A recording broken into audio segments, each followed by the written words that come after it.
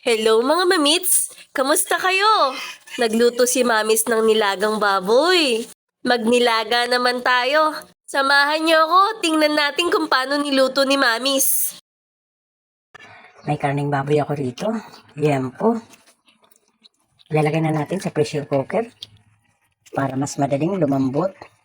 May tubig na yan. Isalang na natin. Malambot na. Ilagay na natin yung sibuyas, kamatis.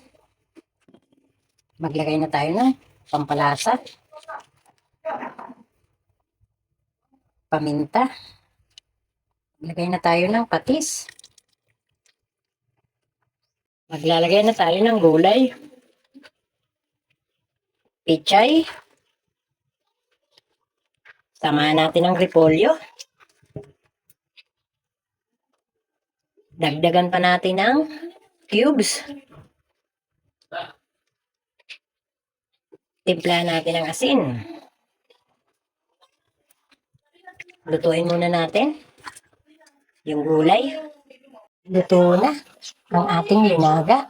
Lalagyan na natin sa lalagyan para kumain na. Kain tayo. Salamat sa mga nanonood sa akin at sa mga sumusuporta.